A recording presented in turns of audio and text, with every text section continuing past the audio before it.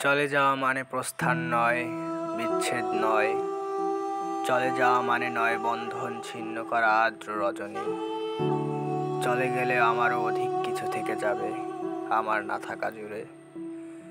জানি চরম সত্যের কাছে নত হতে হয় সবাইকে। জীবন সুন্দর, আকাশ বাতাস পাহাড় সমুদ্র, সবুজ বনানী ঘেরা প্রকৃতি সুন্দর। আর সবচেয়ে সুন্দর এই বেঁচে থাকা। তবুও কি আজীবন বেঁচে থাকা যায়?